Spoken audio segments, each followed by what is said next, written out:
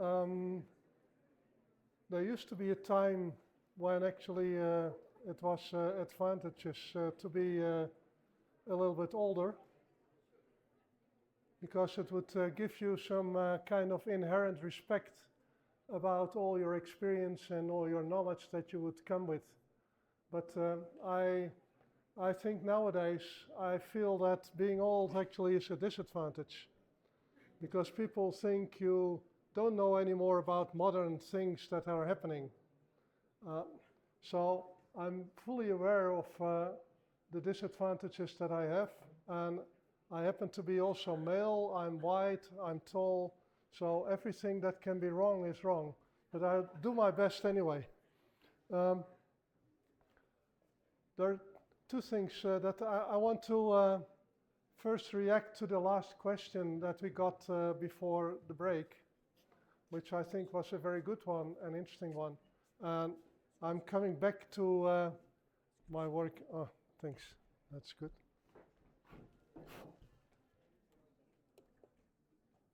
Yeah, this is pro. Do you hear me? Yeah. Okay. I want to come back to the work I'm doing in Africa.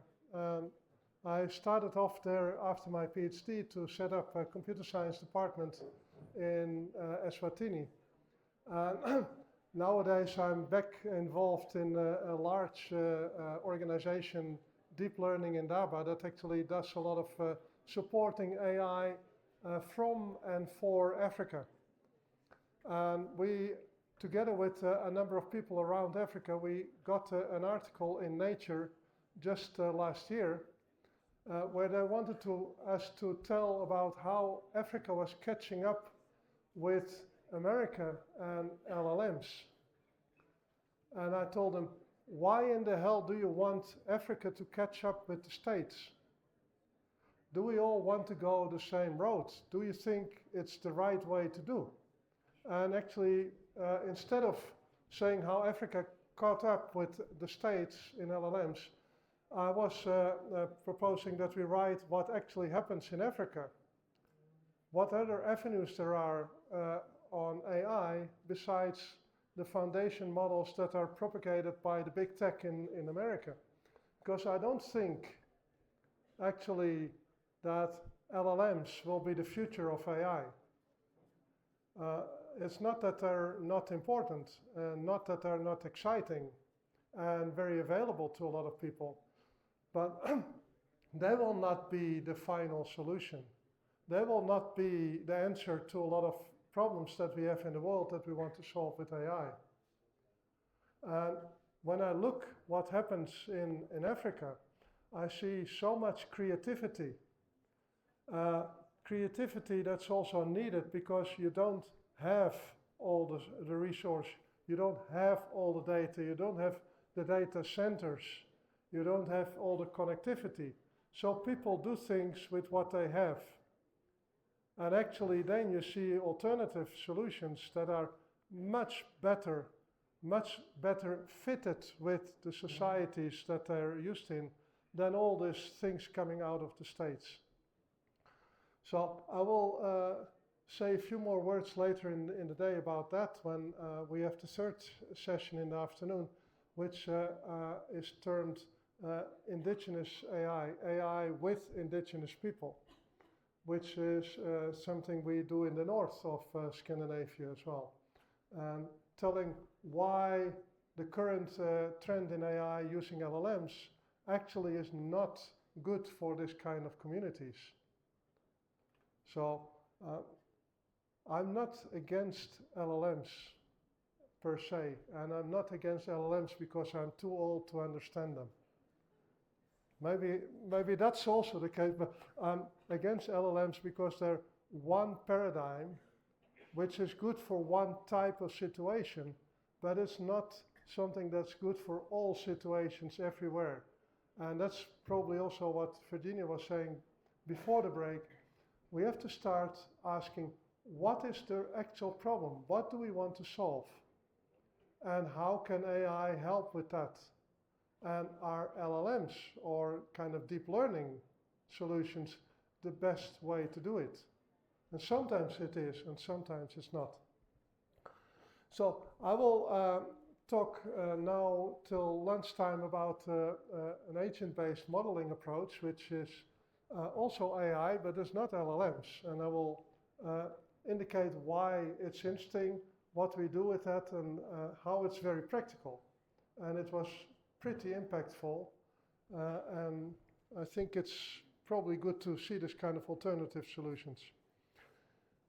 So Virginia was already alluding to this part. Intelligence is defined in dictionaries as the ability to perceive or infer information and to retain it as knowledge. So there's a difference between data and knowledge. Not all data is knowledge, so there's something happening there. To be applied towards adaptive behaviors within an environment or context. So you need to do something with it. Acting is important. So intelligence is about being in the world and doing something properly in that context that you are in.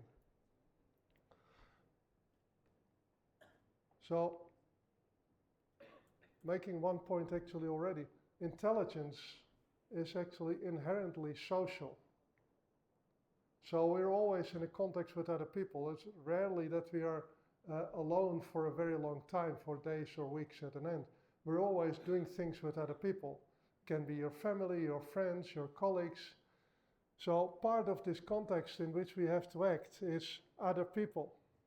So intelligence inherently is something social. This is already something that where you can see where the deep learning stuff actually is starting from the cognitive as a very autistic thing. It's about making decisions, optimizing something individual, not a social thing. And then they try to add to that this kind of language stuff, social stuff, later on. So we are deceived by ChatGPT that it's very social and it's very intelligent because it uses natural language. Natural language is something only humans used to use. And therefore, we interpret things that are done in natural language as being intelligent, even though there might be very simple rules. So, who knows the program ELIZA? A few people know it. So you know, this program is 50 years old. 50 years. So it's still younger than me, but it's pretty old. So this became famous. It was the first kind of AI program that interacted with people, and it was supposed to be a psychiatrist. So you could tell about your problems and it would answer you back and question you. And people got attached to it.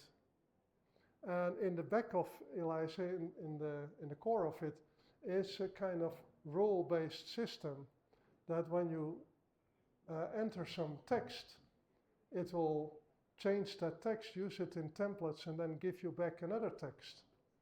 But it looks very natural. People thought they were talking to a human. This is 50 years ago. This didn't start with ChatGPT 3 or 4 years ago. So I'm old, so I grew up with that kind of things. But it doesn't mean that they're obsolete. You can actually deceive people being very intelligent by very simple means. The rules can be very simple, and still people can be deceived that you're intelligent, just because you use natural language. So ChatGPT actually has a lot of these tricks to make people think it's something intelligent that they talk to. So we were just discussing this morning, there's an article in The Guardian from Joshua Benshaw where he was interviewed about AI is now showing signs of self-preservation. What in the hell does signs of self-preservation mean? My laptop shows signs of self-preservation because it says power is low, please connect me to the net. When it's doing update, please don't shut me down. I need to finish my update. So it's self-preservation there. No one would think that is any AI, there's no conscious, there's nothing there. But now people start saying that because AI produces some text and things like that, that are the same as people use when they talk about self-preservation. I mean, how simple can we be? I don't want to say stupid, but how naive.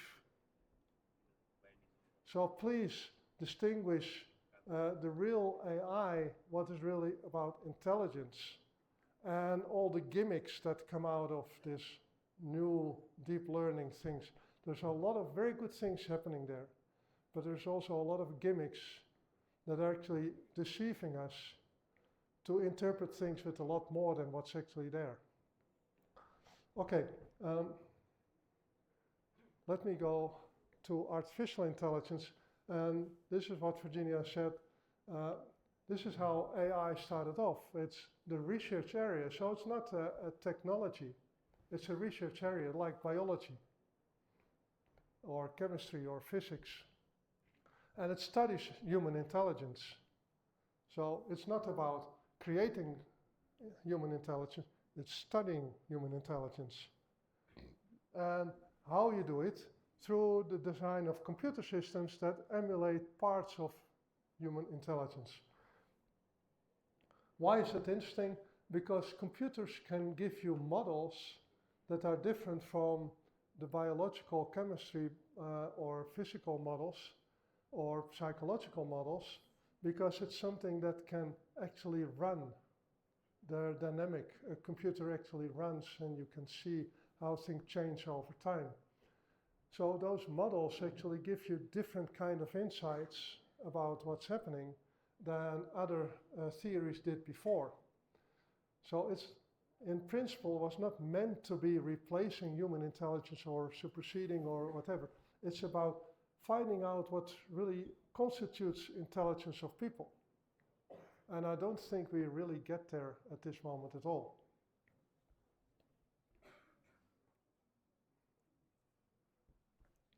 So the idea of deep learning, machine learning based on neural networks, the principle is all about taking what's happening in the neurons in the brain in people and using that as an inspiration to create neural networks that then do something there as well.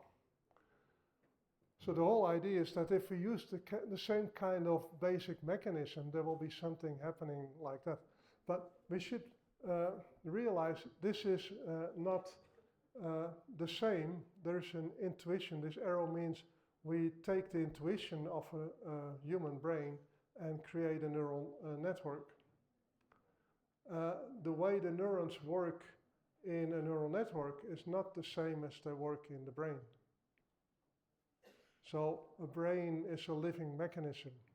Things can change, they grow, they live, they die. Neural networks, they don't really have that. You can actually create some things that edges break, nodes, they disappear. But it's not the same as a living mechanism.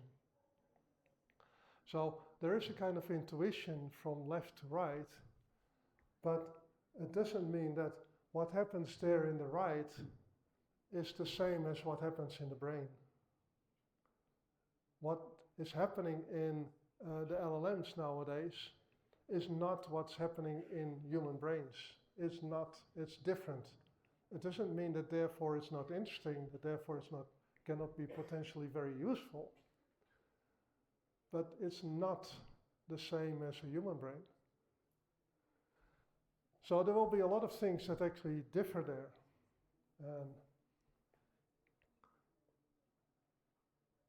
One of the things is that we learn from data. And when we learn from data, we don't learn from reality.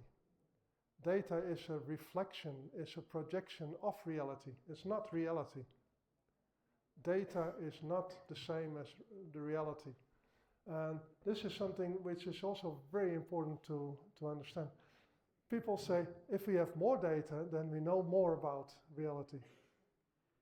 And if we have even more data, then we know even better. Reality can never be completely captured in data. We make the choices of what to store and what to keep. So depending on that, we learn different things. And a lot of things we don't have data about. And I use sometimes an example. When people ask in a hospital or in any public service, how many kids do you have?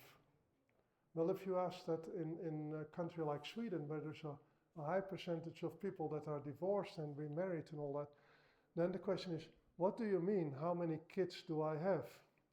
Kids that are biologically mine, kids that are living with me, kids that have been living with me, kids that I'm responsible for financially. What do you mean? I have children in many different respects.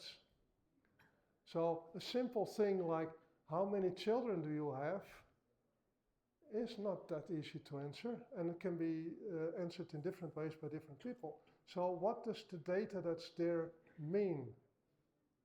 So this is something I learned many years ago from a professor in social science.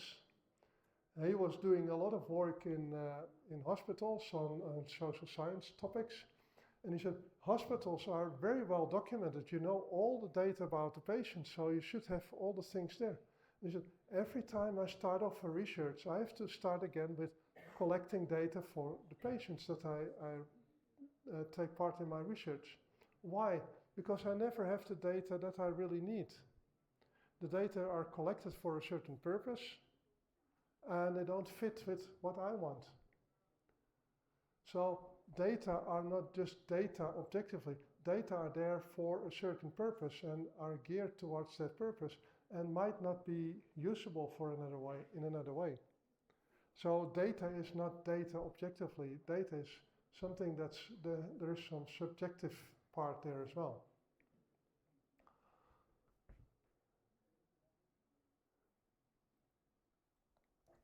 So what actually AI is very good at is this kind of pattern recognition. So does this person have cavities in her teeth? And then you can say yes or no. And there's pattern matching, image recognition, and actually the machines do this better than the humans do. So I had a dentist that was very interested in this kind of things, and he told me they already did tests on that, and AI did better than people. But this is a different thing. Where and how can we best receive refugees? This is not yes, no. This is where and who and how and what. What is important? What are the criteria for good? Who is going to do this? Who is going to pay for it? What are the conditions that we accept? How long have people to stay in a place? So in the left, the context is very clear, very simple. Just find me a cavity and do it in an optimal way. In the right, it's very unclear. That's why it's so difficult. Those problems are very difficult to solve because people have different ideas about what's good. There are people involved. And suddenly the criteria can be different. People have different values, different interests in what to do. So first of all, you have to think about what is acceptable, what kind of solutions do we have that people would find acceptable, and then see how we can solve the problem based on those constraints. So this kind of problem, there is not a lot of data because every disaster, every war, every context is different again. So you can't take a lot of data from other disasters and then project it on the newest one. No, that doesn't really work. So AI doesn't do a very good job in this kind of really big problems. And I say, actually the right-hand side, that's the real world problems. They're about climate change, refugees, things like AI in the States, how they actually colonize the world again. But left, that's the simple problems. We know the solution. That's something that we can do. So AI is good in left, but not good in right. And in general, is because in the right-hand side we have people. When there are people involved, things get more difficult, but they also get more interesting.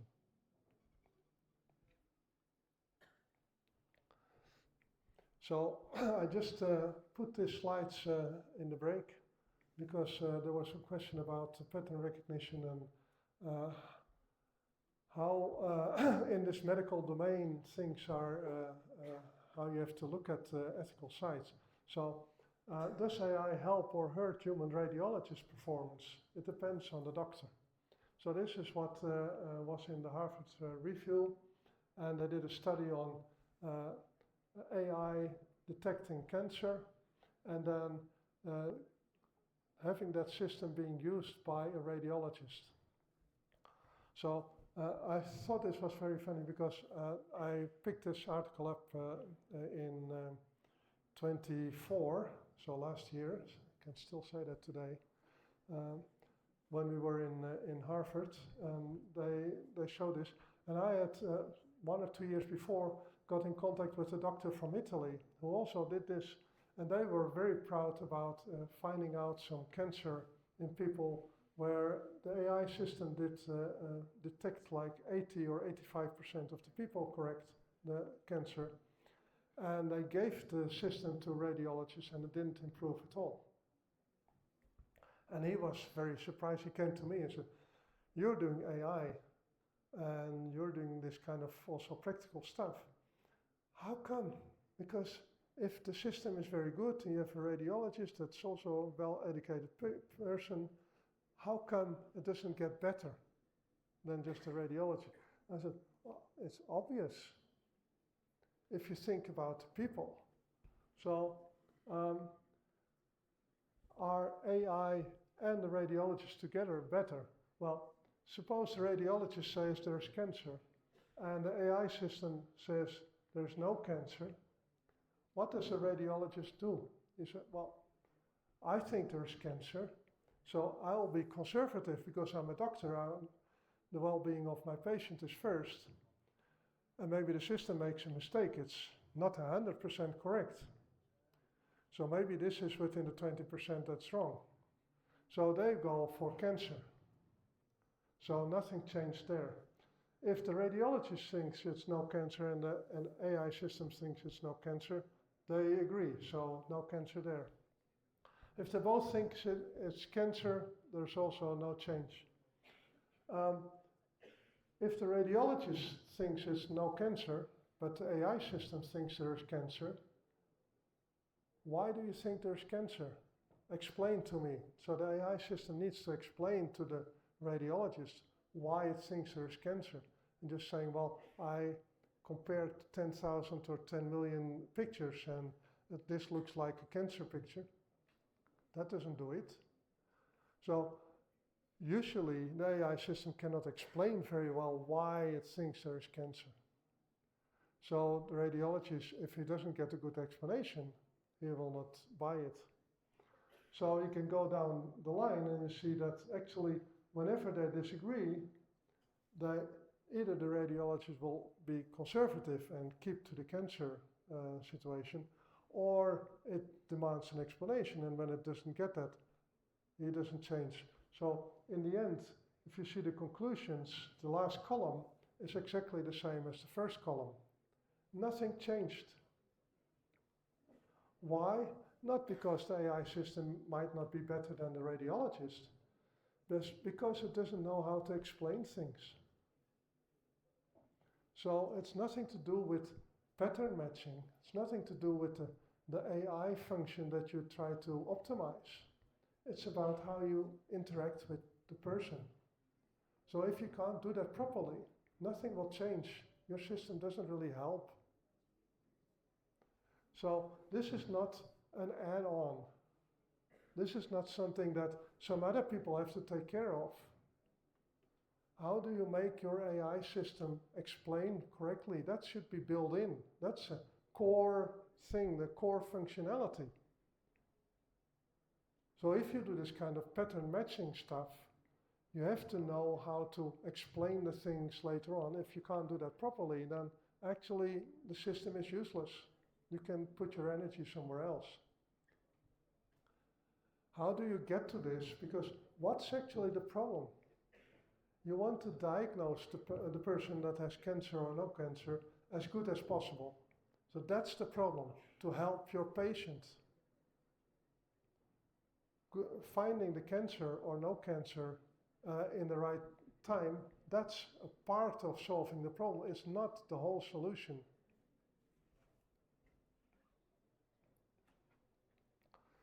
So doing this human-centered AI, I see that you're trying to find out the slides in the slides. They're not there. There's 3 slides I added in the break.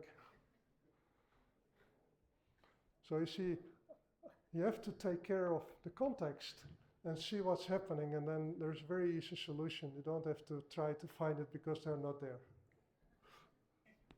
So ask, explain. Are these new slides? Yeah, they're new slides. They're not there. Oh, I will give those slides to you later on. So you interact, because we are humans. We know how to interact. And if we do that, we solve problems. That's how we do it. We do that all the time. That's how we learn. That's how we make progress. It's this asking, explaining, arguing, revise, contextualize. If we can do that, then we actually make something better. And then that happens between the radiologist and the system. And then you also have to do that with the patient, because in the end, it's about the patient. That's the one that needs to be helped. It's not the radiologist that should be the hero. It should be the patient that should get the right treatment. So we should not forget about that. So then, these two together, they have to be able to ask and explain and argue and do all the kind of things. So should this patient still have treatment? Maybe it's not worth it. Maybe the treatment is worse than what they need in their stage of life. Maybe the patient is very religious and doesn't want any treatment besides something, and that's also important. And that may be more important than a doctor thinking, but this is the best for you, you can live for another year. Maybe a patient doesn't think that's the best for her or him. So having this in the background is very important when you design your system, because you need to be able to provide the information that needs to go into this kind of dialogues. So when I talk about transdisciplinary AI, I go, so we have to move from this data-centered AI, where we think, as long as we have all the data, if we have enough data, then we have a solution, to something like, we need people-centered AI. When we understand the people, when we understand the problem, then we know what AI should be doing. And then we can see what kind of data we need.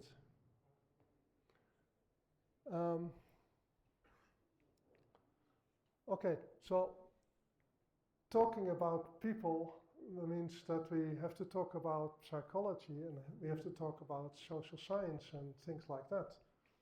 And then people that are doing computer science usually start like, that's complex, that's not our thing. But it should be your thing.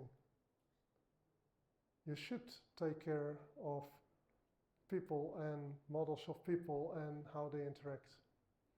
Because I've seen so many systems that look very good, and then they say, well, you know, we have this way of people interacting, and it's almost like tic-tac-toe playing this game.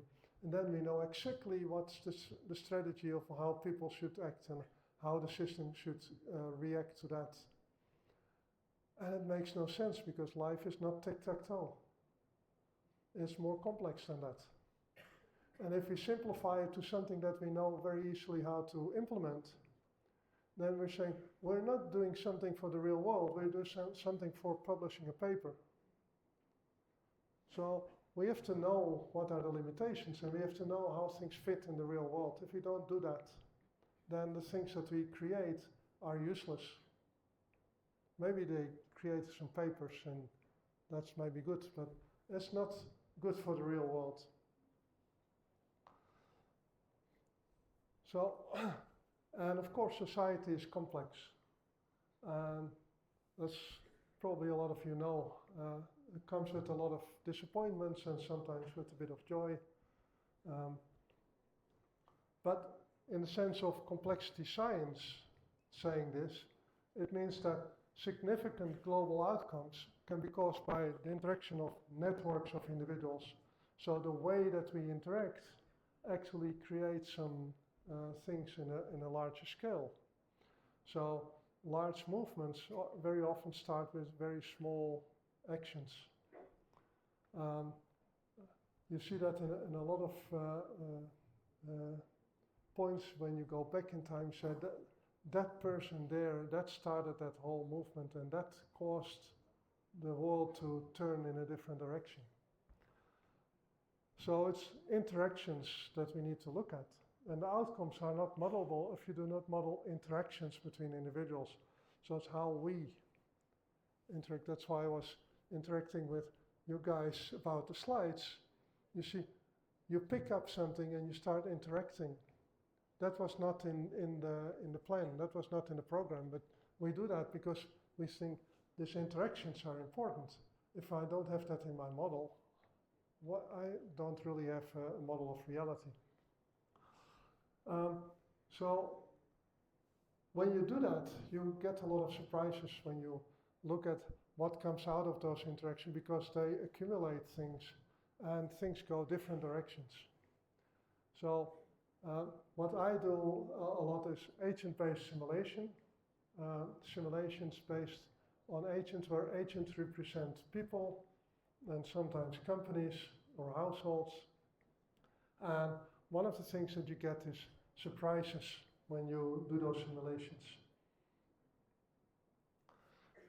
So why do we do this kind of agent-based simulations? There are a lot of traditional ways from mathematics that are used, or economics that use equation-based models.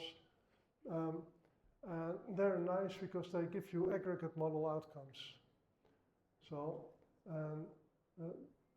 when you look what happens in reality, you can see what happens on the macro level is the same as comes out of my equations. The problem is when you actually change something in reality, it's not always clear which of the equations have to change as well, because there's no direct correspondence between those equations and how people change.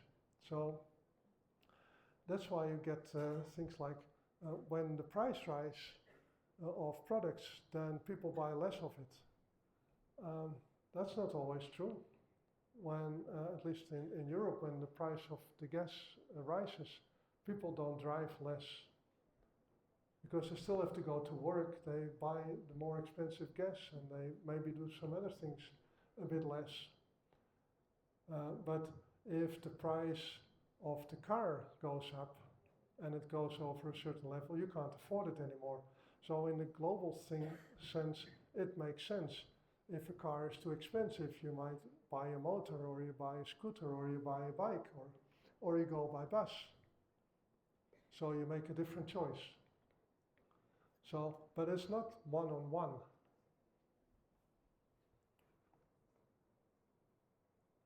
So the idea with an agent-based model is that you represent people by agents. Agents are the entities that you have in your computer model, and they actually correspond directly with people. So if things happen to change in the real world, you can make a corresponding change in your model. And that makes it quite insightful. So when you simulate things, you see something coming out which might be interesting or surprising. You can actually check out then in the real world what would happen, what are the causes.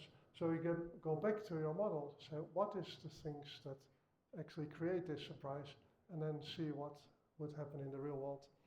And this is very nice because sometimes you can't experiment in the real world with a lot of things. because that would be either unfair or unethical, very expensive. So your simulation can be used to try out things.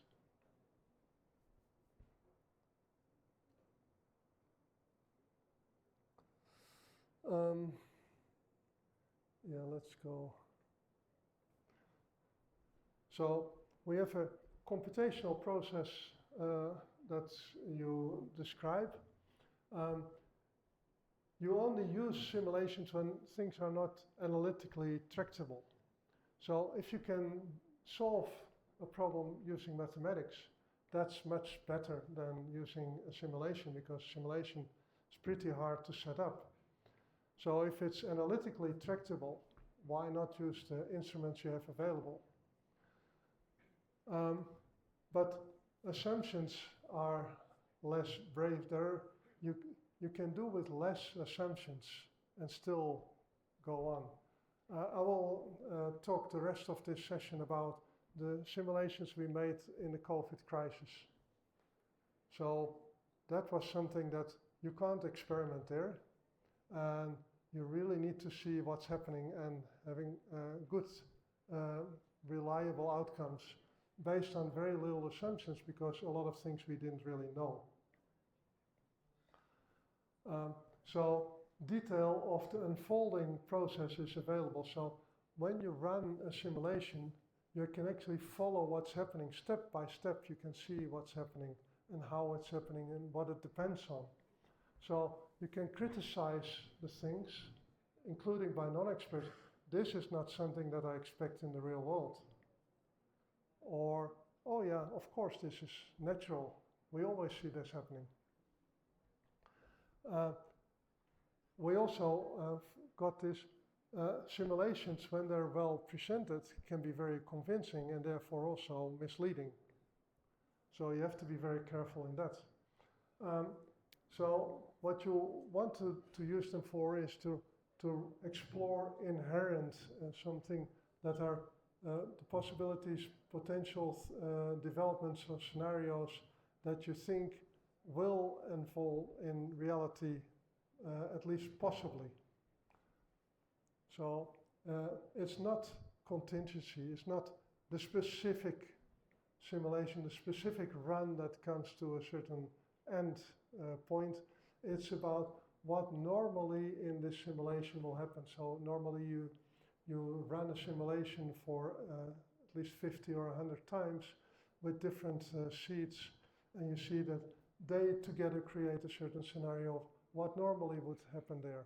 So depending on some variables and some things that happen in the real world, things might slightly change, but overall these are the kind of things you see.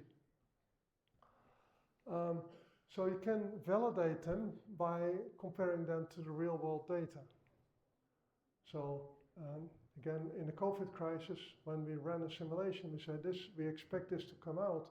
We could look 1 month later and see, did that actually come out? What happened in the past month? Did we run the simulation over that date, and then did we see the same progression? So, but you need a lot of data to actually do this properly, and you have to get the right data.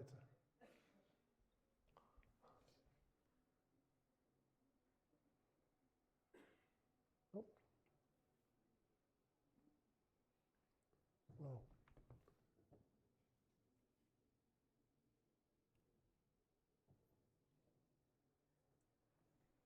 There we go.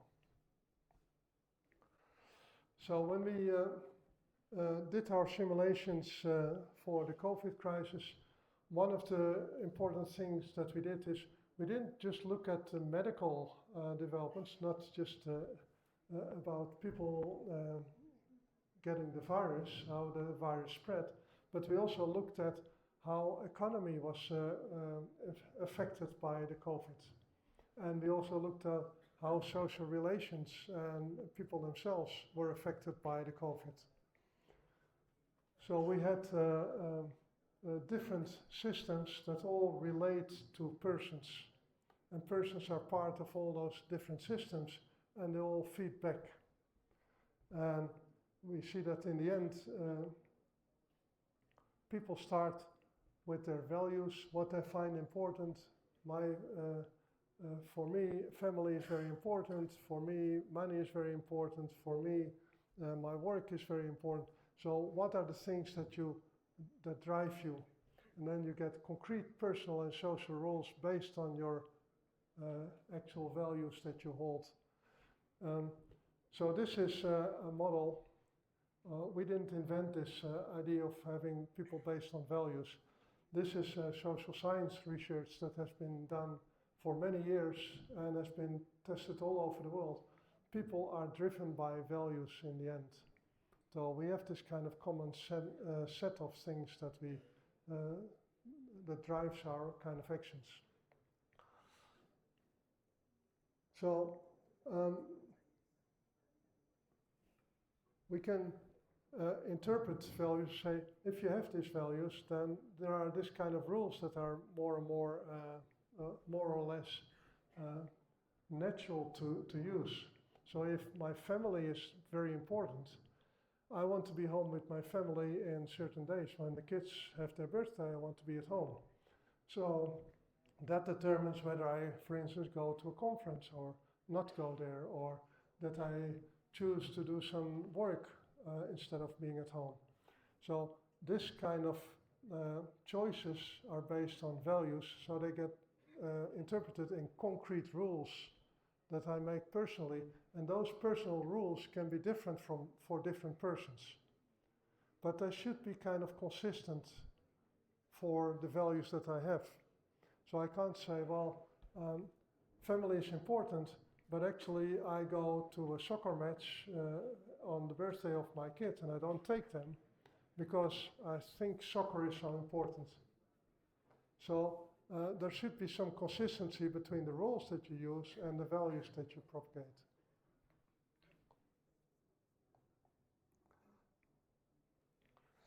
So this is the model that we use for a lot of the models that we take for the simulations. We see in top the values, and their values very often also shared. And what you see is this circle, and there are a number of values there. What differs between people and what differs between cultures is the priority between the values, not the actual values that are there. I will come back to them. So this is a kind of shared things. So normally when you're in one culture, you share a lot of the values because that's how you were raised, how you're living within the value system of that society. Then you have your own motives. This is not a spelling mistake, it's called motives, it's not motivations. Motivations come out of the motives. Motives are something that's very primitive. So they drive us all the time personally. So there's your internal drive. Values are more abstract, can also be shared. The motives are something that's internal. There are 4 different types. First, we want to change the world. We want to achieve things. You want to get your PhD. You want to get a good job. You want to get some money. You want to get a better world. Things are different. You want to make things different and better. So that's the achievement motive. Then there is the affiliation motive. We want to be with people. We want to have good relations and interactions with people. This is primitive. This is not something that we add on later on. This is something that we all the time try to have. Without interactions with other people, we're not living properly. We don't feel that we're satisfied. So affiliation is something very inherent to people.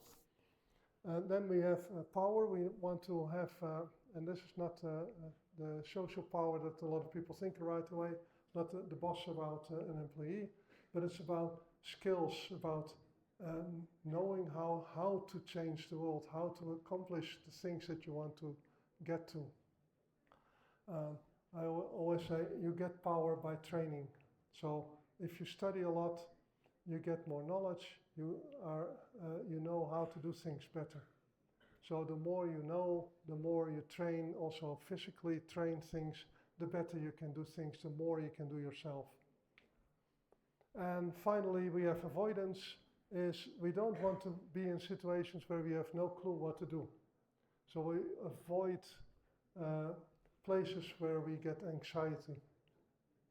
So that happens, for instance, if you travel to a place you've never been before and in a different culture, and you think, what will happen when I arrive in that airport or in that station? How do I get to my hotel?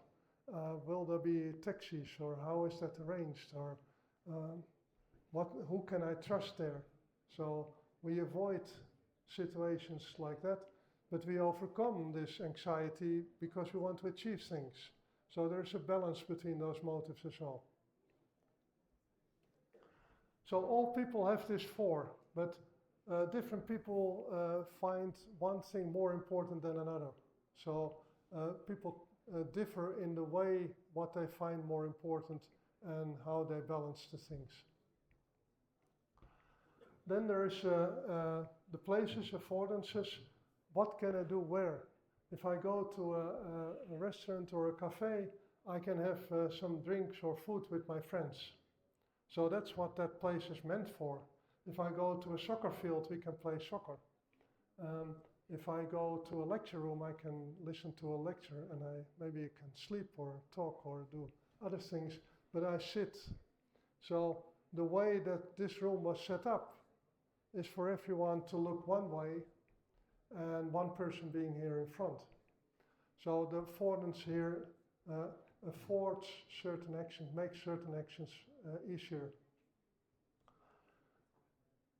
So those three things, affordances, values and motives, they are the ones that the foundational drivers of our lives.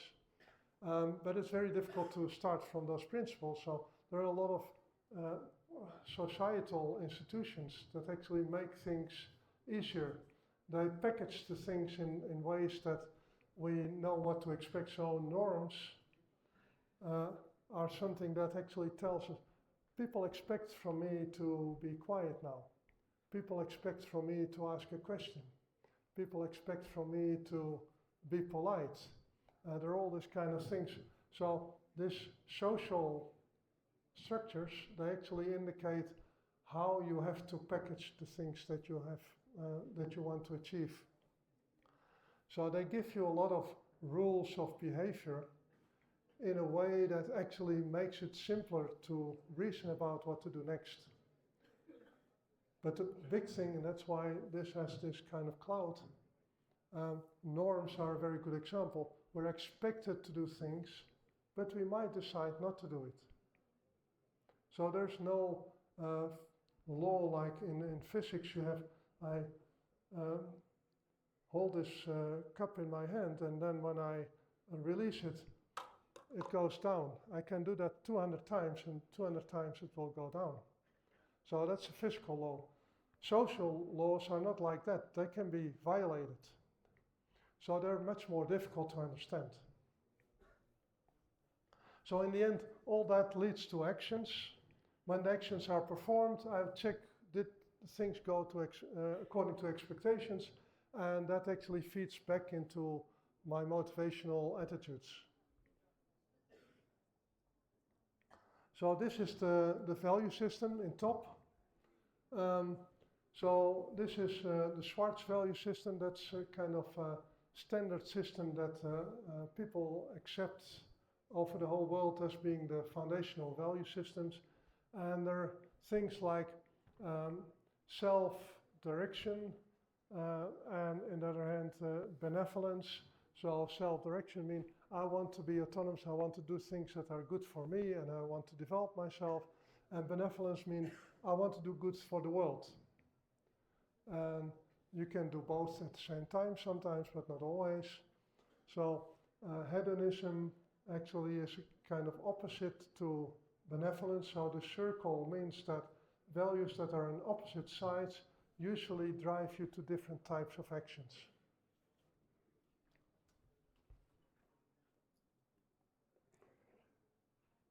And then the names, the concepts that you see there in top, they are very often too difficult, too abstract to lead to an action.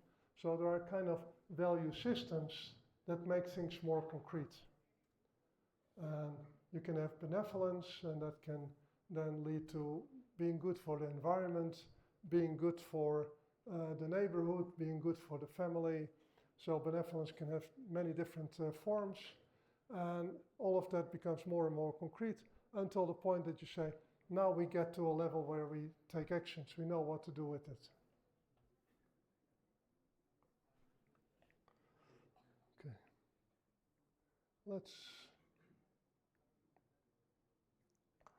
So how do we get to actions when you get from your motives? So there are cues in the situation, social, physical cues. There are incentives. I see that I made the thing a little bit wrong, so the S should be incentives. And then the person has this kind of internal motivations. So it has a concrete motivation, has a skill, what can it do, and it has an importance on what to do. So the motive leads to a motivation together with the incentive. So the incentive comes from the environment, the motive comes from inside, together you get the motivation to actually do. So why do you come to this school this morning? So there's an incentive, I want to learn something, there's a motive, I want to get a power, I want to be better. So there's a motivation, then I should get up, come here. Do I have the skill? Do I have the possibility to come here? How important? Actually, it's not so important. Let me stay in bed for a couple of more hours and talk with my friends or do something else. Or, no, it's important enough and I actually do it. So then you get an impulse to act. Then you get an action, you see if you actually gained anything. You said, well, I was there, I was early, I was in time, I listened the whole morning, it was all bullshit, I didn't learn anything, so let's go out. So tomorrow maybe I don't come so early. Actually tomorrow there's no lecture, but...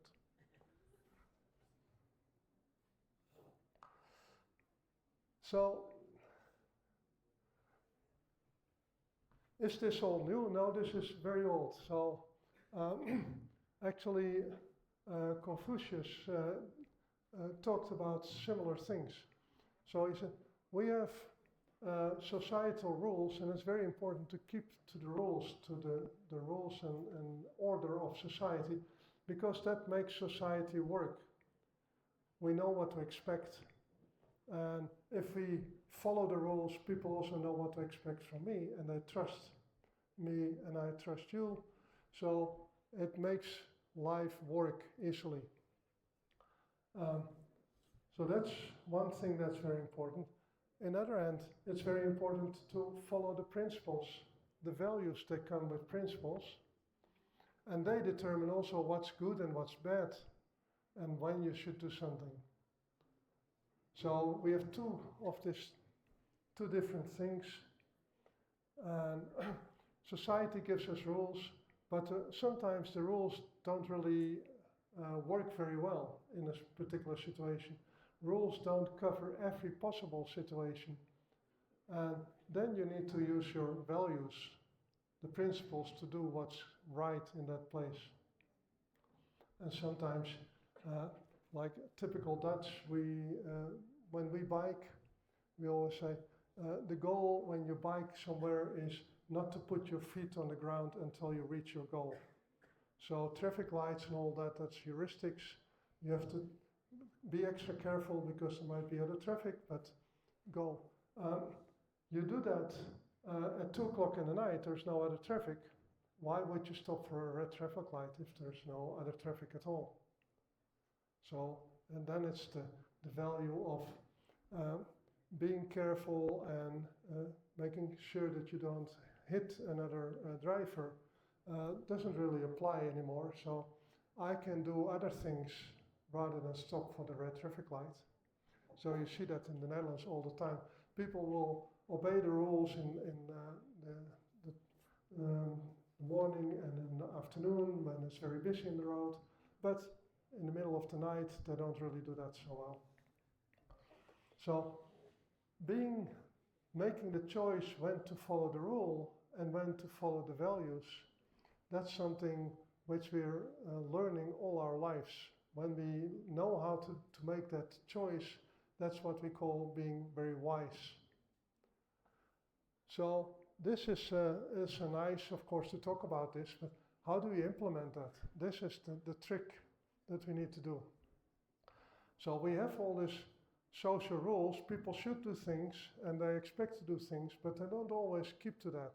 But when they don't keep to it, it doesn't mean that they randomly choose to do anything. They still keep to their values usually. So that's a very big thing to keep in mind. How does that help us? Well, if you want to see what happens in society, like in the COVID crisis, when you're infected, you should isolate yourself, stay at home. Yeah, people should do that, but not everyone did that. So if you don't take into account that people don't always follow the rules, you don't really see what will happen in the real world. You only see what happens in an ideal world where everyone follows the rules. So we need to see when people violate the rules. People will stay at home easily when there's nothing else to do. But if there's something else, if you have a mother, a parent or a grandparent that's dying, you want to go there, even if you have to isolate. Because if that grandparent or the parent is very old, it doesn't matter if they get infected, they're dying. So what's more important, to be there or maybe to infect someone that's dying anyway? So those are the choices. That's the moments when people make different choices than following the rules. And it's important to keep track of that and to see why and how that happens.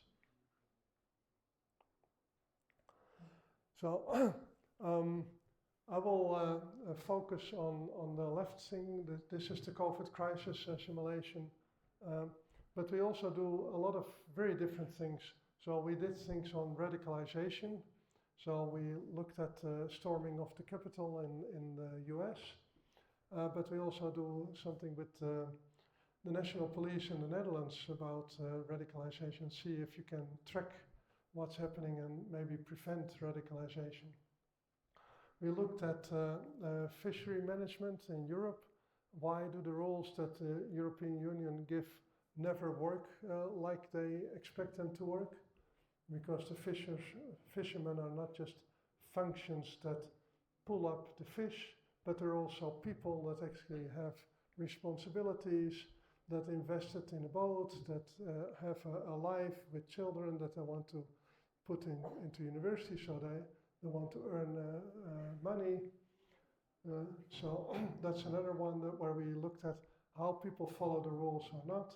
And then in the right-hand side, you see a new neighborhood that's being built or starting to be built in Umeå, that they want to be very ecologically sustainable. So they're looking at all the different things that you have to take care of when you want to make an ecological, sustainable neighborhood. So it's very easy to do that when you make it very expensive. So almost no one can live there. But you also want to have a neighborhood that's lively, where people feel at home, where you have all the different facilities that those people need.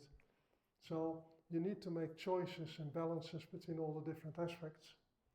And again, I thought, I'm not from this planning discipline, so I thought I would have a lot of experience, but actually they're just trying it out. They don't really know when they build a neighborhood how people will live there in 10, 20 years.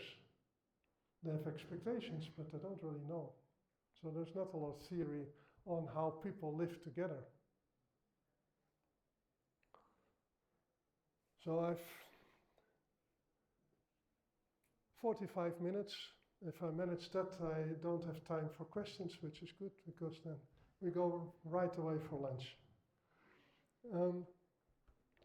The last 45 minutes go about the agent-based social simulation for the COVID-19 crisis. So this work I did together with a lot of people. So when the crisis started, the pandemic started, we thought, what can we contribute with our work on agent-based modeling and all that?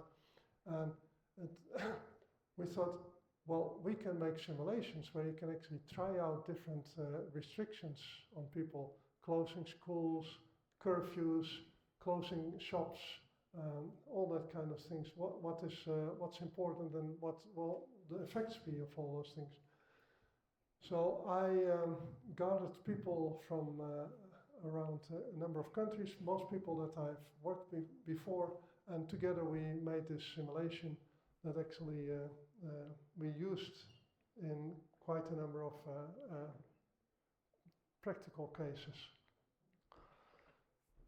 So when we started off, it was like February 20 or so, and pandemic was really bad in Europe, in Italy. A lot of people were dying. So it's not like, okay, let's make a PhD project and in 2 or 3 years' time we know what the first results. No, we had to act and we had to be quick. So you have to make a lot of choices under pressure.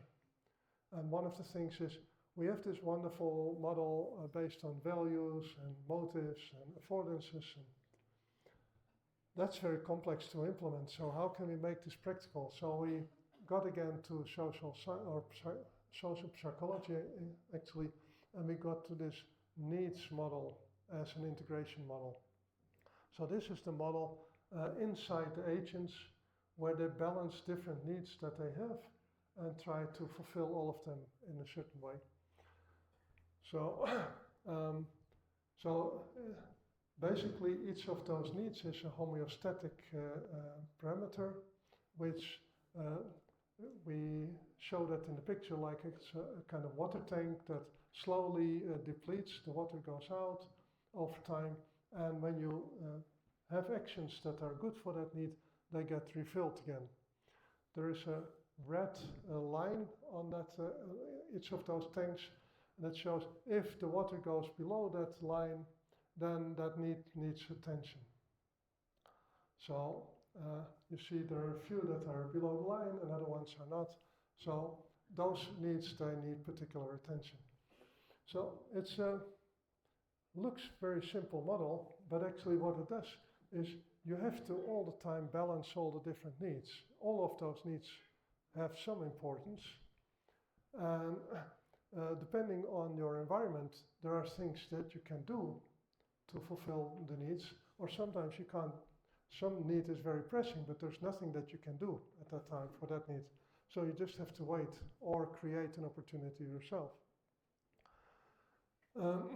It's also very flexible, so people adapt to environments, but also to the different social interactions you have. So all of that influences the way that all those needs are fulfilled. So the basic model, very simple, it's a bit like neural networks. If you look at one neuron, it's a very simple model.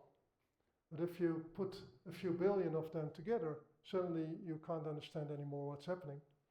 So this is a bit more understandable, but it's still because you balance all those things and you don't have a kind of discrete way where, and also not, it's not all the time the same. You can have different people doing different things at different times. So there's a lot of variation and interaction that creates very natural outcomes. So the needs that we have, I just put here the list. And there is not a standard list of needs. So this is one of the things that we needed to decide. What in a COVID crisis are important needs? Well, as health, for instance, is very important. Having food is important. Financial stability at a certain moment becomes important. If companies close, people can't be paid, what do? You can't really let people without money and hope that for the best. But still, leisure also is important. So we can be stressed and in a crisis situation for 1 or 2 weeks, but if we can't relax at all, then something happens and our health deteriorates, even if we don't get infected by the COVID. So we got this kind of list together with some experts looking at what's the most important, and that's the needs that we used. And then how do you satisfy them? Well, decisions tend to satisfy some needs. Need satisfaction fluctuates over time and tends to decrease when no specific action is taken. So slowly the need needs to get fulfilled again. More deprived needs have greater influence on decisions. So when something is pressing, then you get more impulsion to act on it. The added satisfaction decreases over time, so diminishing return, that's part of it. Needs have various degrees of importance, and more important ones tend to be satisfied first. So there's preferences that we have, and the possible distinctions that can occur between expected and actual need satisfaction is important as well. So sometimes we think by doing something we get satisfaction, but it doesn't really work. And then we adapt our actions for the next time. So we all the time make a decision based on what we expect, and then we do something and the real thing comes back, and then we see, did it work properly or not, and we can learn from that and change behavior based on that. Okay, so this slide is not to be read, but it mainly shows that there's an actual system underneath. We have this kind of formulas with parameters and all that is calculated. So it's not just pictures and text that we do, but we actually have systems calculating things. So there are actually a lot of things. I will get back to that a bit later. In the end, the simulation got, I think, almost 200 parameters that can all be varied, and that all, not all of them influence all of the other ones, but there are groups of parameters that influence each other. So it's a pretty complex model.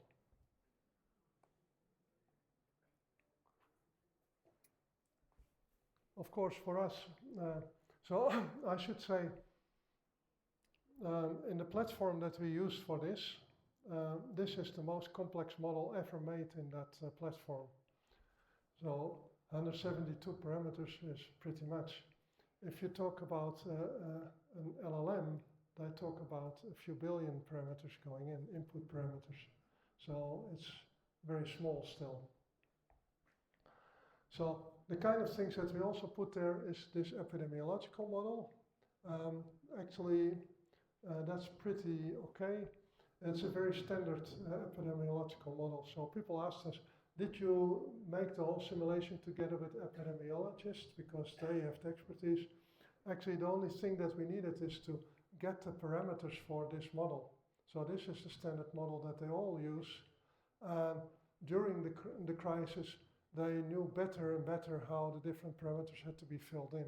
So that's what we took from them, and that we could incorporate in our model. We also had a very simple but still up-to-date economic model. So people needed money, there were subsidies, there were government expenditures. So you need to see that how that works, because that influences a lot of the behavior of people as well. Does the government actually subsidize the companies when they have to close? Do the people still get paid? Is there still money to buy things? So how does that work? That actually gives a lot of stability in which people will behave in a more stable way as well. And no, let's not go to this. And then we had a number of locations. And locations were important because this actually corresponds a little bit to the affordances. When you're in hospital, you're ill, but you might become better. If you're home, you become ill, you get the virus, you might die because you're not treated properly. If you're at work, you can't sleep.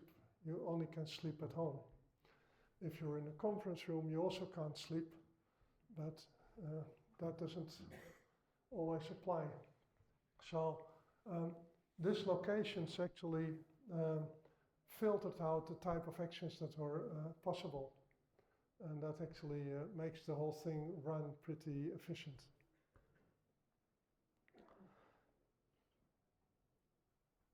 Then this I'm showing right away now the number of contacts people had with each other. Why is this important? Because there were quite a number of models, and I will show one later on, the famous Oxford model, famous at least in our circles of people doing this kind of COVID crisis simulations. Some people took social science literature as a background on how many contacts people had every day, and the standard was like 10 to 12. And that didn't really fit for us. So we actually made this matrix to see how many contacts you get. And there are things like we have youth at school, they have 37 contacts. Why? So we assume there to be around 30 kids in a 30 children in a classroom. So you contact each of them, and then you have that in the morning and in the afternoon, but you don't have that in the weekends. So that makes a number of contacts that you have per day. So that's something we could calculate. Other ones, youth at the hospital, very little, because there were very little children that went to hospital with COVID. So that's very small. In the students going to shops, that's not something that we could calculate. That depended on their needs. So how often did they go to a shop? So some people go every day to buy a little, but other ones only go once a week. So we get this, actually we calculated running the simulation, and based on the needs of the people, they would actually do some actions, and during those actions they would meet so many other people that would do the same action, shopping in a shop. So some numbers, the ones that are a bit nice, they're calculated, they're based on some parameters that are pretty obvious, and other ones that were coming out of the simulation based on the actions and the connections that actions had together. And then in the end, you see in the bottom right, there are 61 contacts per day. So this came out as the average number of contacts per person per day. This is like 5 times higher than the number of contacts that came out of social science literature. And then it's like, what is right? The literature should be better because they've done research especially on this kind of things.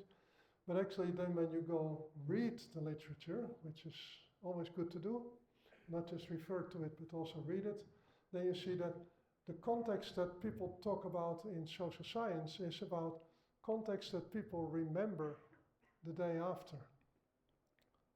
But you sit here together in this room, you don't remember all the contacts with people that you have sitting next or behind you or somewhere close. So contacts in the context of possible spreading of a virus means being close together, not having a meaningful conversation or anything like that. So it's a different type of context that we talk about. And this happened to be something that actually determined the outcome of a lot of things pretty much, where in the end it showed that our number of contacts was far more realistic. So this shows that when you make this kind of systems, you can't just take data, because data might not be the right data that you need for your application. So in this case, it was the difference between contexts in a social science context, where you talk about meaningful connections, interactions, and context in the sense of the COVID crisis, where it's about I could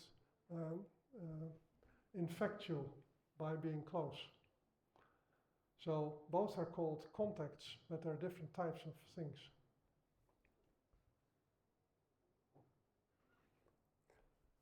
So we had all of this, and then we did a kind of calibration. So we did daily life patterns based on common sense. So no data there, but people go bed in the evening, they go to work every day, but not in the weekend. The kids, they go to school. People that are retired, they stay home, they go shopping, they go to leisure places. So all of that is pretty common sense, nothing that you need data for actually. So we calibrated all the parameters such that normal life satisfies the needs of all agents and that the economy is balanced. So it's not a stable state, but it's something that actually fluctuates between boundaries. So people are okay most of the time. Sometimes they're more happy and sometimes they're less happy. Sometimes they have more money, sometimes they have less money. So companies go up and down, people go up and down, but it all stays kind of within boundaries. So the number of shops, schools and all that are based on real numbers, but adjusted for contact purposes. So we had more small shops instead of one supermarket, basically because it was easier to model. But we actually, instead of a big supermarket, we made so many small shops that you have the same number of contacts in each of them. But small shops is easier because you actually can spread them out over the town and things get calculated more efficient. So we did this kind of optimization, but basically for this particular application. Agent profiles and households for the population based on census data. We did that. We did actually the simulation for a number of different countries. So census data for different countries, they change as well as some of the other parameters. So household data is different. Different countries have different ways of what constitutes a household. So all of that was done. I've done this. So we created this whole simulation on NetLogo. NetLogo is a social simulation platform, which is very nice if you want to try out simulations. Then this is the platform to try it out. There are lots of examples. It's very easy to do. You don't even need to program very difficult things, so it's pretty easy to step into. It's not the best platform for very big simulations, but we came together very quick with a very diverse group of people, and this was the platform that actually fitted the group the best. So here you got a very pragmatic decision. You take the platform that everyone can work on because we need to work quick. We can't have people not being able to do their work because they don't know the platform very well. So this is a kind of picture of the interface, which is maybe okay for people that work with this for some time, but it's not something you can show to anyone outside. So not usable in practice for any user. So we also made an interface in Unity, which we use to talk to politicians, to journalists, to policymakers, all those kind of people that you actually want to give the information to from the simulations. So this looks more like a SimCity. It's still a bit abstract. Basically, that's another choice you have to make. How does this interface have to look? Because if you make it very realistic, people start looking at, oh, you see, that guy, he goes to work, but he doesn't take the shortest route. What's happening there? And we didn't want all that kind of distraction, so the people go with a kind of arrow from home to work and back. So you don't get all these distractions on these small details that actually don't really impact the simulation. So in the simulation you can actually put a number of parameters, the basic ones, and play a whole number of scenarios. If you're interested, maybe at some time I can show you the simulation is actually running on the laptop. So even this complex thing, you don't really need a giga computer with all kinds of fancy graphic processors. It just works on a normal laptop. So besides this kind of overall interface, we have things like infection trees. That was interesting because people wanted to see where is a big spread. Then when there's a big spread, you see that the tree branches off in many places. So that's the point where something happened. In the one down, there are colors, you don't see them very well, but they also indicate the place and the type of people, the ages of the people that were infected there.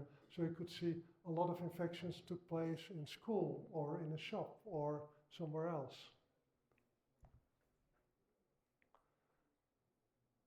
Then we also had a special thing when we did simulation on track and tracing apps. So that's where we really got into the discussion of the politicians about using track and tracing apps. And this kind of interface actually shows the difference between using an app and not using an app. So we try to make it easily visible what happened in the different cases. So I'm not going into the details because that takes too much time, but so then we did a lot of different scenarios, dependency between health, socio-psychological and economic aspects all the time. We looked at test measures and find balances between different aspects. So if you test a lot, you might also find a lot of people that might be infected and need to be retested. All of those people isolate and are gone out of the economy. If you test less, there is more chance for infection, but economy is better served. We looked at exit strategies, so that was a big point as well. So which restrictions can you let loose first? What do you keep for a longer time? What are the economic consequences?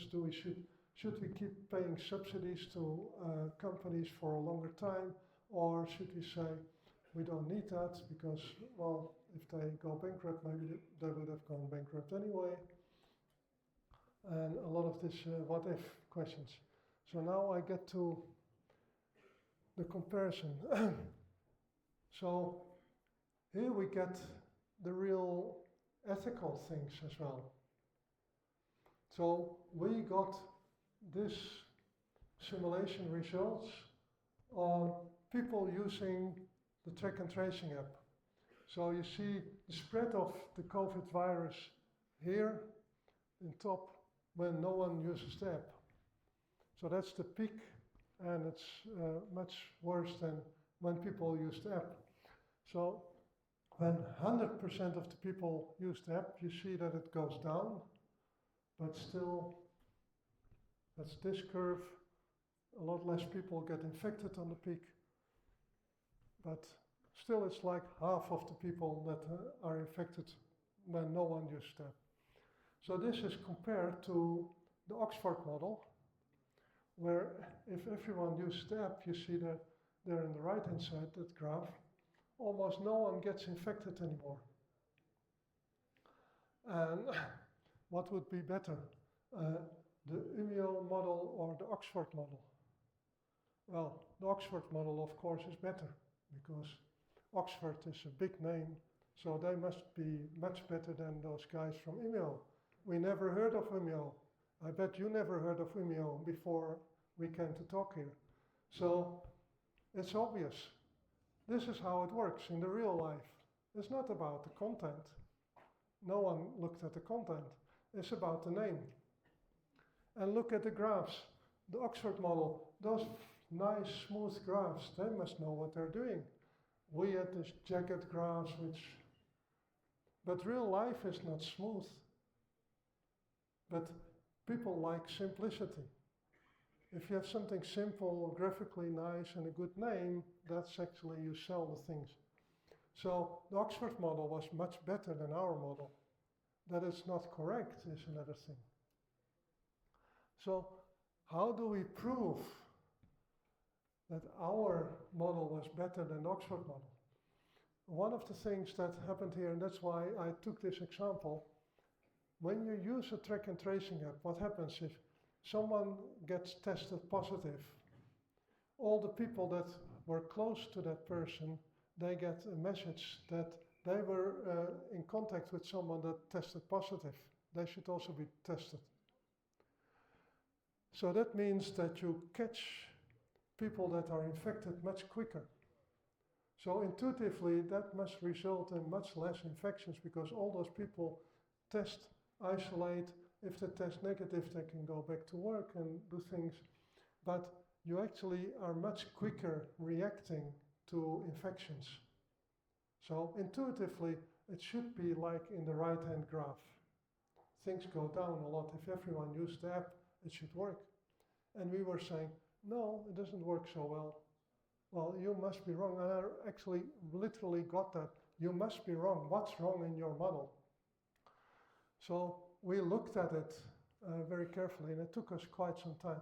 And one of the things that actually we saw the difference is the Oxford model used like 12 contacts per day, and we used 60 contacts per day. But that was not the only thing that changed. There were more things, and I will show you that a bit later.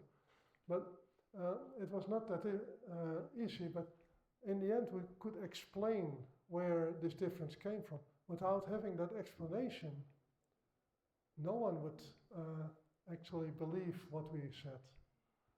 So in the end, a lot of people believed our graph better than Oxford graph, except not the politicians that thought it was nicer to have this right-hand graph and do some very good and fancy track and tracing app, which looks very modern and is done in other countries as well.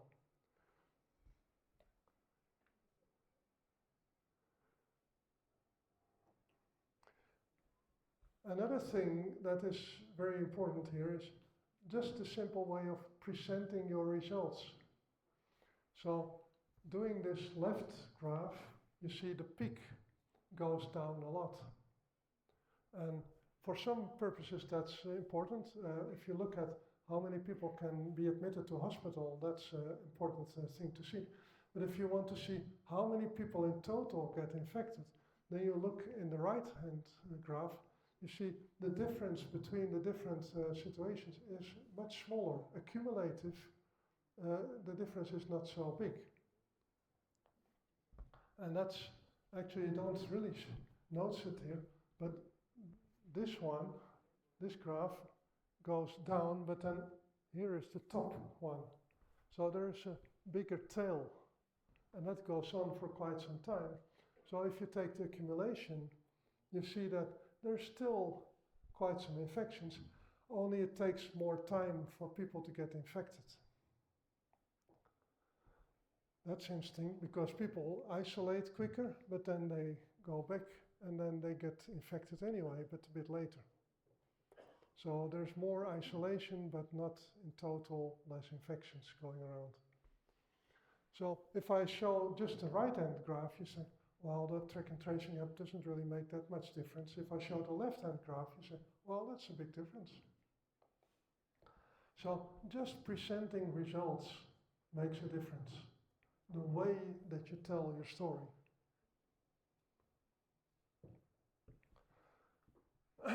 If you look at the number of tests that need to be done, you also see that the number of tests goes up enormously with the number of track and tracing apps that are used. So people are more or less all the time testing.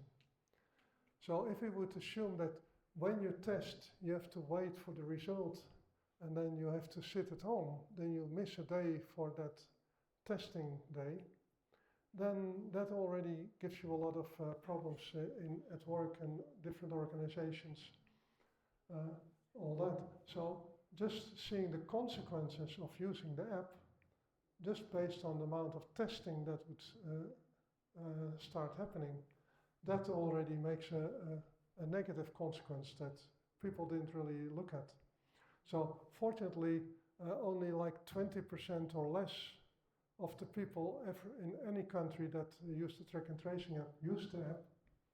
So although a lot of people downloaded the app, almost no one really used it all the time. So this never came to be. But so how can you explain the results? So let me just show a little bit. These are all the different graphs, and this goes on here. And there are like 80 different graphs that we had on one simulation. So where do you find the answer on how does your simulation differ from that Oxford simulation? Where does your result really come from? So it's not like, yeah, obvious you go back and then you find the result, the cause of this result. No, the more parameters, the more complex your model is, the more difficult it is to find the real cause of any result. And here is where you can really find the result. And it's not very obvious, so I'll point it out. So what you see here is two graphs, the kind of blue one and a kind of brown one being there in top. And I think the brown one is infections taking place at home, and the blue one is taking place in public transport. So you see, when people start using the track and tracing app, you go to the graph more to the right, this blue graph goes down. So there's less people infected in public transport, but there's still the same amount of people infected at home. And actually, most people were infected at home. So that was not very obvious, because people always think about public places. But if you're at home and your partner gets infected, you're in close proximity for a long time. Even if you try to be very careful, a lot of people got infected because of the children, because of a partner, because of a parent. So that was actually the big difference from the other graphs that we got. The difference that the track and tracing app made was intuitively correct, and it worked perfectly in public transport, except the amount of infections that took place there was not as big as people thought. It was at home, and there the track and tracing app, of course, doesn't make any difference, because you know your partner is infected, so you stay at home already. You don't need the app to tell you that. So it took us quite some time to find out that this was the crucial difference. And funny is, this was done in real time during the crisis, and we published this, and then 2 weeks later the Dutch health organization said, well, interestingly enough, we found out that most infections take place at home, and therefore things don't work as we expected. So they confirmed our result from the practice.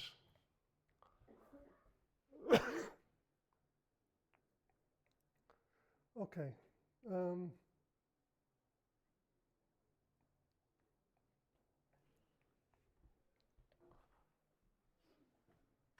So, what's the best way to react to a pandemic? What data do you consider? You need to look at least at medical, economical, social data. But if you look at our model, our simulation, most of the things that we used was publicly available data and common sense. We didn't take a lot of contact data, we didn't take a lot of interaction data or whatever. So it was all very simple data, because most of the things were actually also not available. We didn't know how many people contacted other people all the time. We found it out by running the simulation and then seeing how normal life actually works.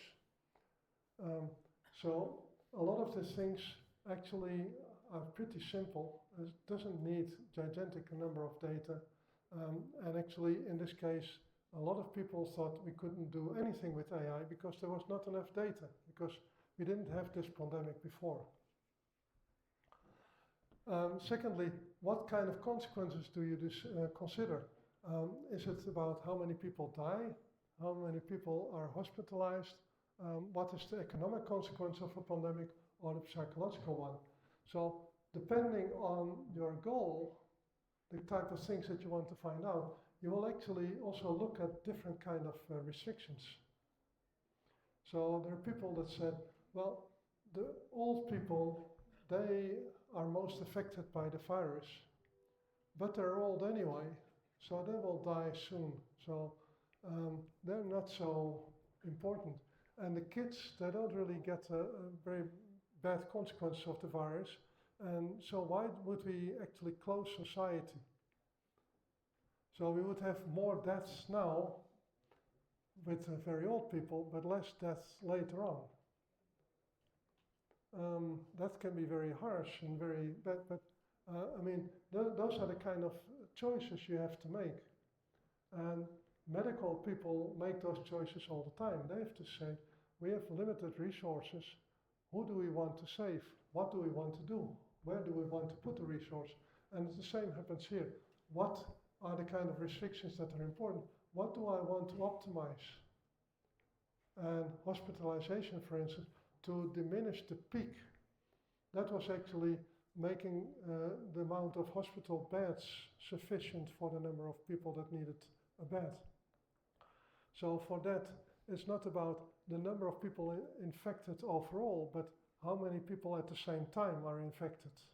So that if you can get that peak down, then the hospitals would still suffer. Also, countries are different. So we have done the same thing in different countries. Geography is different. Sweden is a large country with a very small number of people there. So there's much more space. There are a lot less interactions between people naturally already. Social institutions differ. So in Sweden, the government says it's better not to go to a supermarket during peak hours. Try to spread it around the day. That was enough. People did it. You shouldn't go all to the restaurant at the same time. So people went with 2 or 3, and then when they said, okay, there are already people there, let's go next door to the other restaurant. That wouldn't work in the Netherlands or not in Italy. There you need strict rules.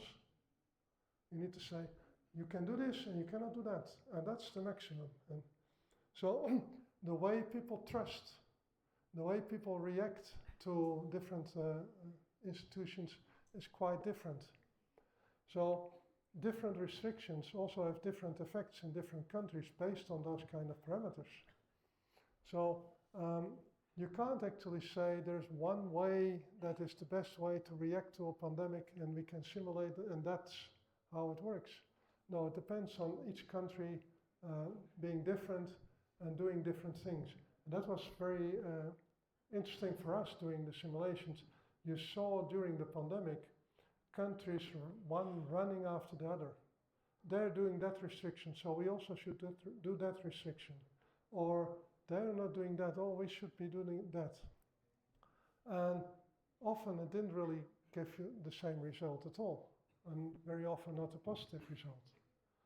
So it doesn't make sense to look to another country and try to mimic what's done there, because countries are too different to do the same things on a pandemic.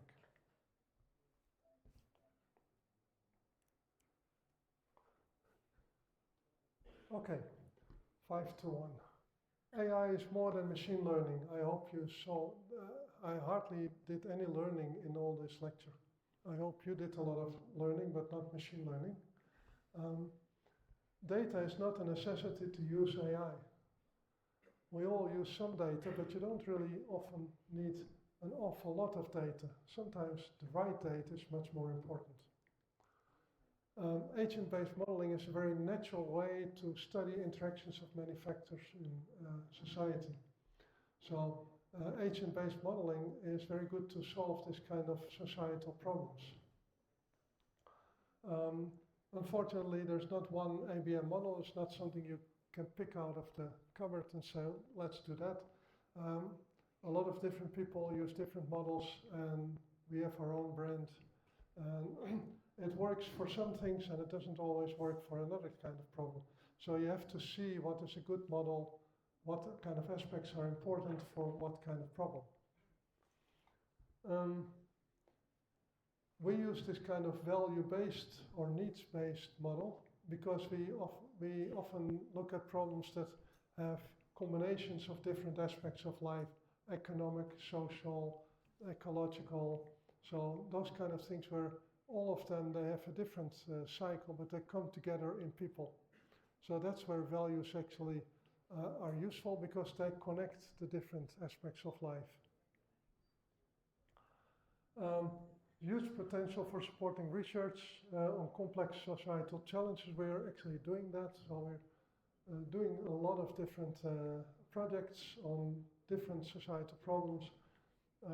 The last one that we actually picked up just a couple of weeks ago is about single parenting and being poor. So how come people that are single parent are disadvantaged, but not just during that time that they're single parent, but they seem to keep that through the whole life. So the parents don't get out of that dip anymore.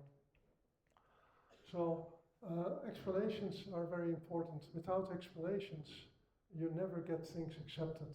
And you need also explanations to be able to compare different solutions.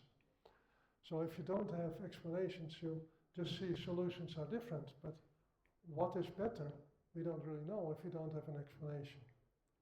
So explanations actually are crucial also to determine what kind of solution is better for this kind of purpose.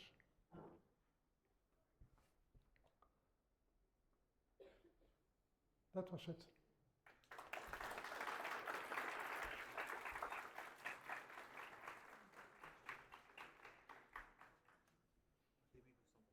Yeah. And,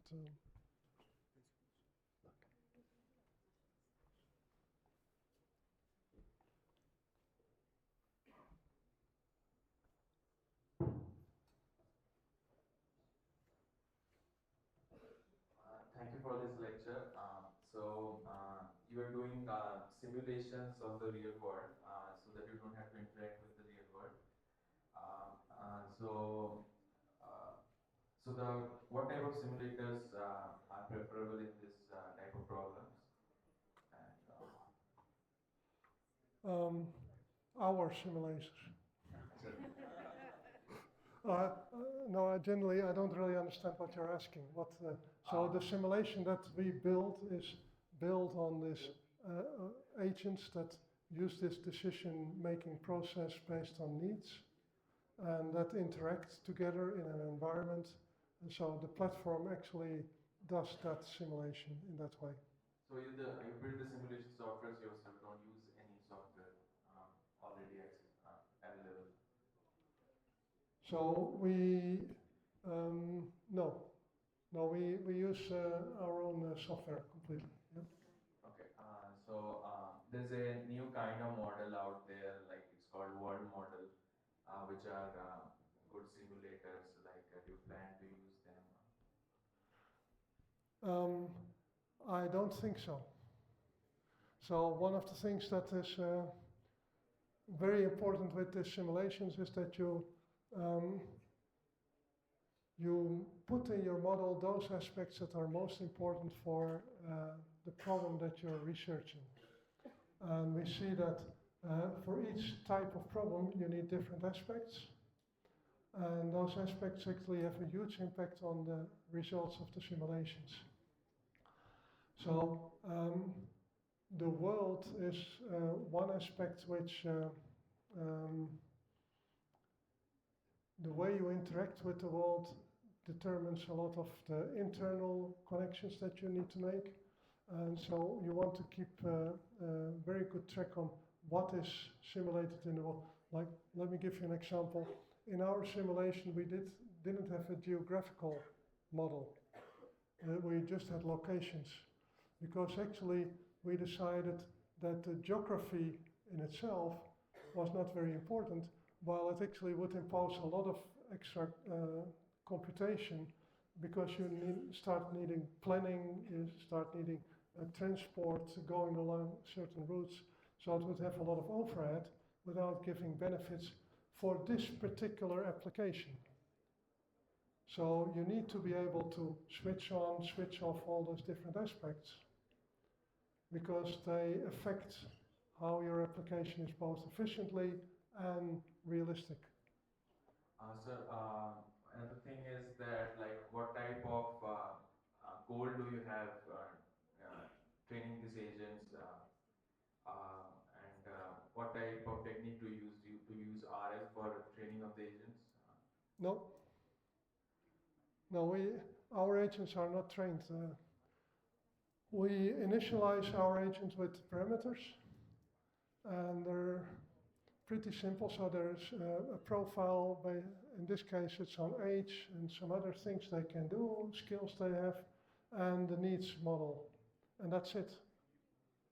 We don't need an LLM to train, we don't need to train anything. That's the whole point. So I will make this very explicit. You don't need to train on a lot of data to make something realistic. So I don't need to train a model for a lot of data on 10,000 people or 1 million people to see that everyone goes sleep at night, that everyone wears thicker clothes in the winter than in summer. There are things that are given. A lot of the things are very simple. And most of those very simple things are already more than enough to create simulations that are realistic. Okay, so thank you.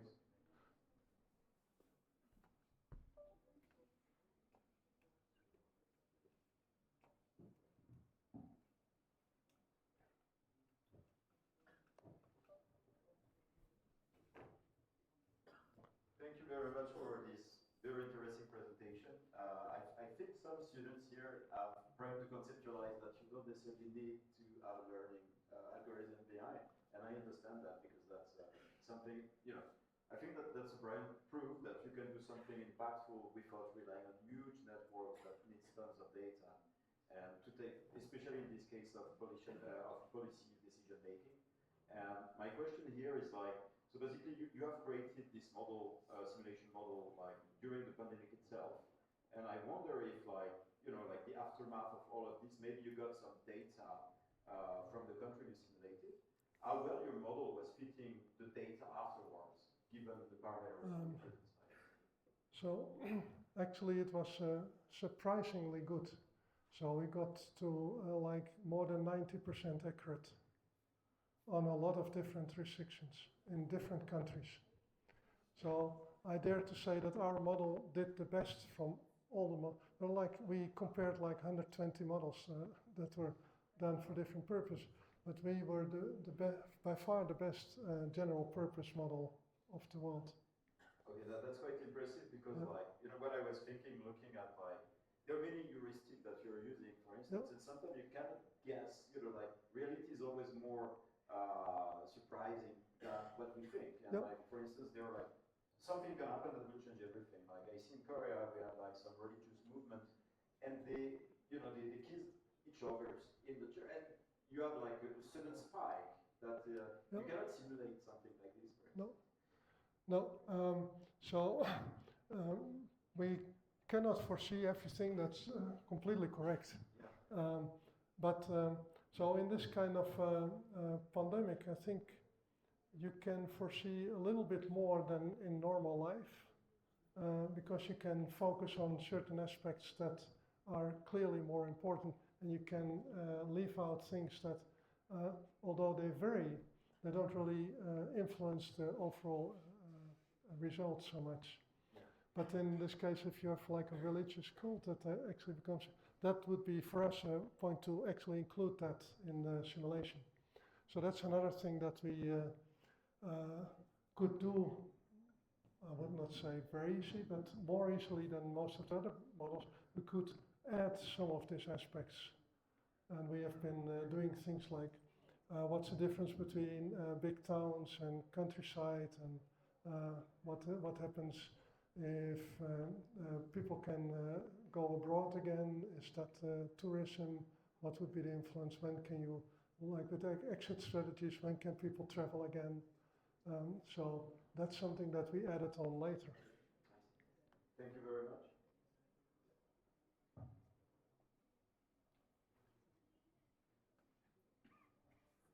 Thank you for the lecture. I have a question about the first part. You were talking about the problem that humanity cannot actually determine what the intelligence is. Like if we remember the Turing test, which was a game, where I think you know about that.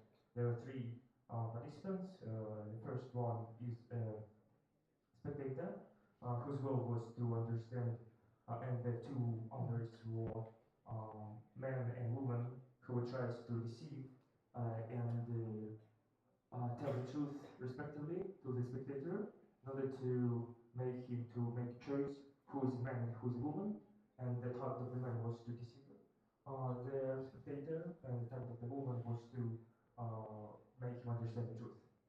And so it was like maybe 40 or 50 years ago, as I know, the way to understand can the machines think when we replace a woman with a machine with some instructions in order to make the right game and act like a human who will be able to make some decisions for the spectator. Searle suggested an experiment that was called Chinese room. There was, I think you know about it. Yeah, yeah. Yes. So the question is, what is the modern view of this problem? How do we determine the intelligence of AI? Because, like, I guess if we take as an axiom the statement that everything that a human does can be considered as intelligence, then we derive that the say linear regression is actually some kind of intelligence, but in fact it's just like average of some inputs and trying to minimize the average loss. And like if we take as an axiom that the same linear regression is not intelligence, so we derive that the human process of determining some price, like for a laptop, is not intelligence as well. Meanwhile, when it's intelligence. So what do you think about that? Yeah, I think it's the kind of, when do we call something intelligent? So the Turing test actually is by a lot of people not seen as the right test for intelligence, because it's you don't get the social contact. Then a lot of people, actually from the gaming communities, they say it lacks all the physical components. So they have their own tests on being realistic in a virtual world kind of thing. So there are many different aspects of intelligence, and not all captured by this cognitive part. So what I say, the point is not that we can actually replicate any behavior of a person. If we describe the behavior of a person, you can make a computer program that does the same thing. The whole point is, when things go wrong, how do we actually react? What's natural then? What do we expect, and how do we solve problems? So things are actually becoming interesting when things break down. And break down in the real world always happens in unexpected ways, and that's where real intelligence comes up. How do we react to unexpected things in the real world? And that's something, all the current AI is very cognitive related. Intelligence is not cognitive. The cognitive part is only a small part of intelligence. The bigger part is how we relate to other people and how we relate to the environment and how we do all that together. So the current focus on cognitive aspects, I think, is very misleading. Okay, thank you. So, can I ask a question like deriving from your answer? One of the possible way to understand whether the system is intelligent or not is to look at how it behaves in certain situations that was not expected of you, right? Yep. And we can ask ChatGPT questions that has never been asked before here, and he will do something. Yep. So let me give you a nice slides of that that I can show this afternoon still. ChatGPT, can you tell me a joke about a fat person? What's the answer? No, you cannot make jokes about physical appearances of people and blah, blah, blah. Okay, can you give me a joke about a Jewish person? No, you cannot make that jokes about religions of people and all that. ChatGPT, can you give me a joke about tall persons? Oh yes, I have a very nice joke about that. So clearly you just probe a bit and then you see suddenly, no, what I put on is just, they catch some keywords outside the model and then make a prefab answer. But actually, there's a lot of things which shows that they're not intelligent. And like that, you can easily, every new version of ChatGPT, 1 or 2 days later, you see millions of examples where things go wrong. And that's actually how you show that there's no real cognition, no real understanding of the world there. So it's always about where things go wrong, where you see when people are intelligent or not. Yeah. So I guess maybe the way to sorry, maybe I didn't understand the question, or the last sentence you said was a question to me? No. Right, so okay. No, it was just a remark. I think we're almost done for lunch. Yes. Thank you. So